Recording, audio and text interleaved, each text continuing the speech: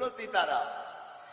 ऐसे में ना तो यजमानों का कल्याण, न सुनने वालों का कल्याण, न करने वालों का। बोलो सीताराम। एक बार हम ही ऐसी कथा किए हैं, कहो तो बता दो। हम तो नहीं, अब दूसरा कमान। जंगल में एक बार सत्यनारायण की कथा। भाई सत्यनारायण, एक सेठ जी, भंजन सेठ, जिसका नाम चंगीलाल। चंगीलाल ने कथा करवाई। कथा करने के लिए गए, लेकिन पुस्तक बदल गई। घर पर पुस्तक रखी थी 4-5, निकालनी थी सत्यनारायण की। जल्दी जल्दी में गुरुवार व्रत कथा धर गई। जंगल का काम, जंगल में कथा पहुंच भी गई। पंडित जी पहुंचे, बढ़िया उन्होंने पंचांग पूजन किया, बढ़िया भगवान को बुलाया। अच्छा सेठ जी, चंगीलाल जी बैठिए, अब कथा शुरू होगी। वृंदावन विहारी। सोई सेठ जी हल्दी चावल लेकर बैठ गए। अब पंडित जी ने जैसे ही पुस्तक निकाली, सत्यनारायण की जगह गुरुवार की निकाली। अब पंडित जी पसीना पसीना, दिमाग खराब। अब जजमान बता भी नहीं सका था कि सत्यनारायण गुरुवार व्रत कथा, बृहस्पतिवार व्रत कथा। अब क्या किया जाए? सोचा कि एक काम करें, 5 बार घंटी बजनी चाहिए। सोई 5 बार जैसी आदि थी। एकदा ने मिशान तीर्थ में 88,000 ऋषि विराजमान है। कलयुग आने वाला है, क्या किया जाए? तीसरी कथायामो रेवा खंडो प्रथमो अध्याय समाप्ता। बोलो वृंदावन विहारी। 5 अध्याय हो गए। सेठ भी पढ़ा लिखा टीकमगढ़ का था, टीकमगढ़ में रहता था। नाम था चंगीलाल, बाप का नाम था मंगीलाल। सेठ का दिमाग खराब। दिमाग इस बात पे खराब कि कथा पूरी हो गई, लीलावती कलावती रह गई। सेठ भी होशियार, सेठ का दिमाग खराब। बोले पंडित जी रुकिए, दक्षिणा बाद में मिलेगी, हवन बाद में होगा, पहले ये बताओ कलावती और लीलावती क्यों नहीं निकली? हम तो 1.5 घंटे से उसी का वेट कर रहे हैं, और कई लोग तो उसी का इंतजार ही करते। अब कलावती आएगी, लेकिन पंडित जी भी गड़ा गांव के, वो भी साधारण आदमी नहीं। और तुम ये मत मानना कि हम ही थे। और अगर ऐसा मानो भी तो गलत जगह नहीं गए तुम। बात भी सही है। सेठ ने कहा पंडित जी रुकिए, हवन बाद में, कलावती लीलावती। हमारे भी प्राण सूख गए कि नाक कट गई। अब 40-50 सेठ और सेठानी लाली लगाए बैठी सब, और भर समाज में कोई बेइज्जती कर दे, दिमाग खराब। हमने भी कहा सेठ तू बुद्धू है, जंगल में कलावती लीलावती, बड़े घराने की बिटियां यहां कहां घूमेंगी?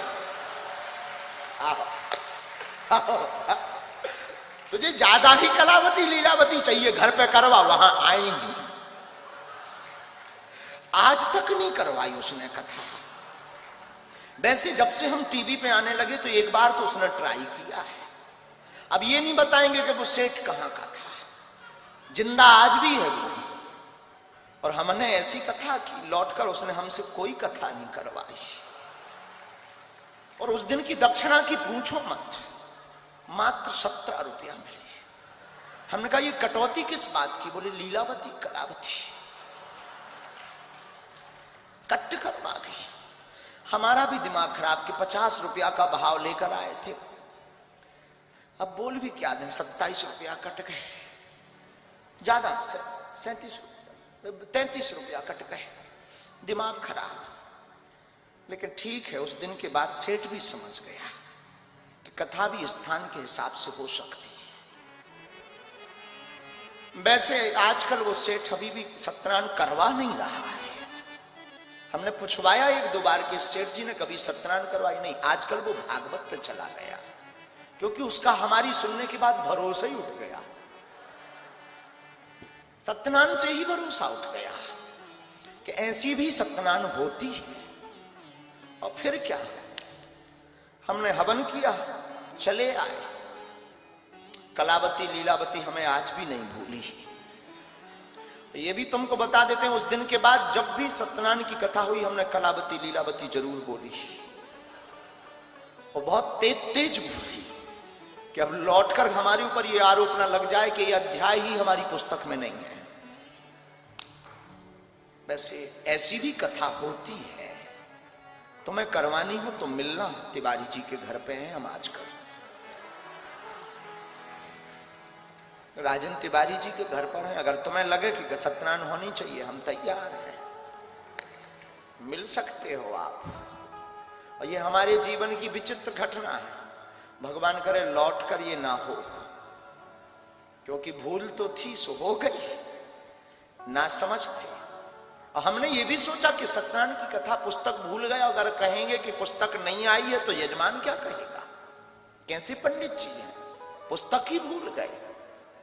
इसीलिए हमने जो है गुरुवार की कथा में ही सत्यनारायण प्रकट कर दी। और लोग हम पर टीवी वाले अभी कहते हैं कि क्या तुम चमत्कारी हो। हम चमत्कार तो जब सत्यनारायण की कथा करते थे तब से कर रहे हैं। हम जब गुरुवार की कथा में सत्यनारायण पैदा कर सकते हैं, प्रकट कर सकते हैं, तो विचार करो कितना चमत्कार। नहीं तुम्हारी टीवी पर कुछ भी प्रकट हो सकता है। लेकिन उन्होंने कभी हमारा बाकिया पढ़ा ही नहीं ना। उन्हें लगता था कि ये कोई सीधा आदमी है, उन्हें ये पता ही नहीं। एक टीवी वाले ने हमसे कुछ दिन पहले पूछा कि एक बार आप बिना टिकट पकड़े गए हो ट्रेन में। हमने कहा बात तो तुमने सही सुनी कि हम एक बार बिना टिकट के ट्रेन में पकड़े गए हैं, पर जिस टीटी ने पकड़ा था उसी से 1100 रुपया लेकर उतरे थे। हाँ, जिसने पकड़ा था उसी से 1100 लेकर। और भगवान की कृपा तब सिद्धि हमारे पास आ चुकी थी। और जैसे ही ट्रेन में चढ़े, अब वो बाकिया ऐसा है कि हमारी एक बार जेब कट गई मथुरा में। महाराज जी को हमने बताया था, लोग हमसे पूछ रहे कि वो क्या बाकिया। एक बार हमारी जेब कट गई मथुरा में जंक्शन पर, हमारी कट गई। उस वक्त हनुमान जी छोटे से लेकर हम चलते थे। अब कट गई तो कट गई, जेब ही तो 1300 रुपया गए।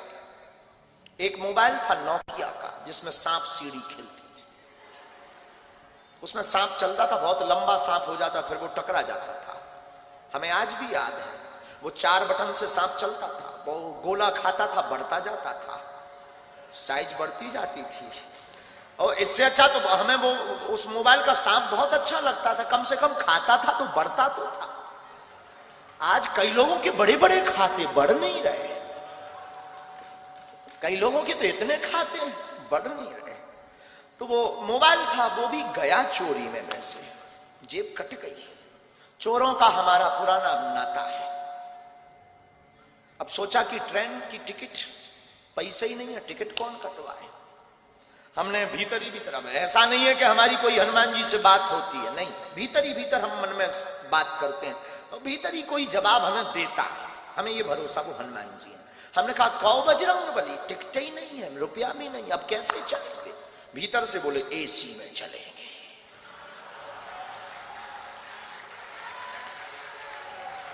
अब जब उन्होंने ही कहा तो क्या करें, हमने भी पढ़े लिखे तो थे ही।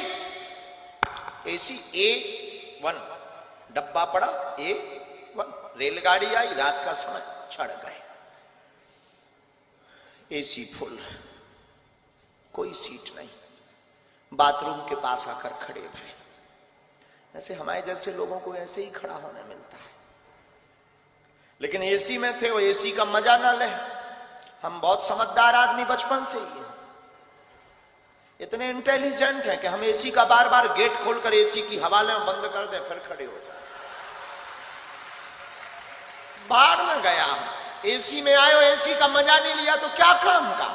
तो बार बार डखे खोले और लोग जो लेटे थे वो देखे कि कर क्या रहा। लेकिन हमने कहा तुम सो, कुछ ऑक्सीजन लेवल फिट कर रहे हैं। खोले, फिर टीटी आया, आज भी हमें याद है, अमर सिंह, टिकट। हमने कहा टिकट होती तो यहां खड़े होते, भाई साहब कहकर तुम जगाते, हम सीट पर होते। होने लगा तब आयु हमारी यही कोई 14 साल 15 साल की। होने लगा कि ये कोई बच्चा है, बेटा ये एसी का डब्बा है, आगे ट्रेन रुकेगी, जनरल में चले जाना। उसने हमको ये सलाह दी, लेकिन हम सलाह किसकी माने। हमने कहा एसी में ही, जनरल में ही जाना होता तो एसी में आते। तब तो फिर वो अंग्रेजी बोलने लगा टीटी। 1250 रुपये, 1250 रुपया फाइन लगेगा, 6 माह जेल होगी, रुपया भरना पड़ेगा, ये वो दुनियादारी। हमने ही कहा 1300 थे सो कट गए, अब तो बचे ही नहीं। वो नहीं माना, उसने कोर्ट से मोबाइल निकाला। हमने सोचा कि अगर इसने मोबाइल निकाला, पुलिस को बुलाया, बेइज्जती हो। उसके पहले ही हमने डब्बा खोला कि बेइज्जती करवाओगे क्या। डब्बा मतलब छोटा सा, हम एक टिफिन रखते थे, उसमें बालाजी रखते थे। हमने वो खोला, हमका बेइज्जती करवाओगे क्या। अब वो अपने मोबाइल में फंसा ही था। हमने कहा क्यों, तुम्हारा नाम अमर सिंह है। तो उसको लगा कि ये पढ़ लिया। उसने बड़े, हमें आज भी याद है उसकी टोन, उसने बड़ी टोन में बोला है तो हमने कहा तुम्हारे बाप का नाम अमुक सिंह है। अब तो वो न्यूट्रल हो गया। उसने कहा कि तुझे कैसे पता। अरे हमने कहा हमें तो ये भी पता है कि तेरे कोई लड़का नहीं हो रहा है, ये भी पता है कि तेरी लुगाई का नाम सविता है। सब बोल्ड आउट, मोबाइल अंदर वापस। धीरे से कहता है बिहार के होगा। अब उस जमाने में हमारा कोई आधार कार्ड नहीं था, स्कूल का सर्टिफिकेट, वो स्कूल का एक आइडेंटिटी कार्ड होता था, हमने वो पढ़वाया। शासकीय उच्चतर माध्यमिक विद्यालय गंज, जिला छतरपुर, मध्य प्रदेश। हमने वो पढ़वाया। वो बोला तुझे कैसे पता। हमने कहा 10 साल से हैरान हो, तुझे कैसे पता। हमने टिफिन खोला, सब बब्बा के डब्बा का चमत्कार।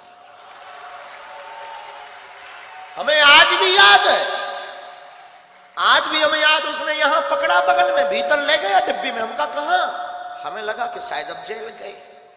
वो बोला चलो ना। अपनी सीट एकदम बगबगी सफेद, उसकी एकदम साफ, बिराजी। हम भी वृंदावन के थके हुए धरे थे, हमने भी दोनों पांव पसारे बैठ गए। और वो तो बोला चाय लेंगे, हमका नो, कॉफी। चाय कौन पिए, चाय कौन पिए। फिर टिकट देखना बंद। पूछ कौन रहा कि हम कहां से चढ़े और कहां उतरेंगे। उसका तो दिमाग खराब। सुबह 6 बजे जब झांसी रेलवे स्टेशन आई, गुरुजी, हमने कहा जाओ पुत्र होगा। उसने 1100 निकाले, कुछ दक्षिणा स्वीकार करो। हमका बाहर में गया, 1300 गए, 1100 आ गए, 200 टिकट के गए, ले आ।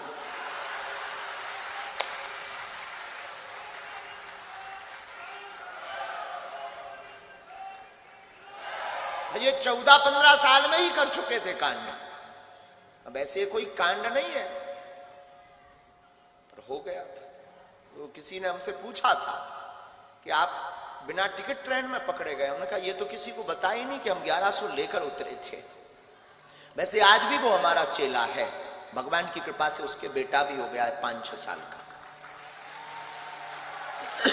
और अभी आप रुकिएगा, उसकी आयु पूछिएगा, 52 साल में बेटा हुआ है। आज भी वो दक्षिण रेलवे में हमारा चेला है, बिहारी आदमी, हमारा चेला। उस दिन के बाद जब बेटा हुआ, वो हमारा फिर आना जाना उसका शुरू हो गया। हम भी झांसी से ट्रेन से उतरे, बस पर बैठकर बागेश्वर धाम आना जाना उसका शुरू हो गया। अब एक दिन वो कह रहा था हमसे कि आपके जैसा कोई दिखता है तो हम टिकट चेक नहीं करते गुरुजी। और हमने उसको ये एडवाइस भी दी कि सुन, चेक करना भी मत। वो तो हम थे जो 1100 लेकर उतरे।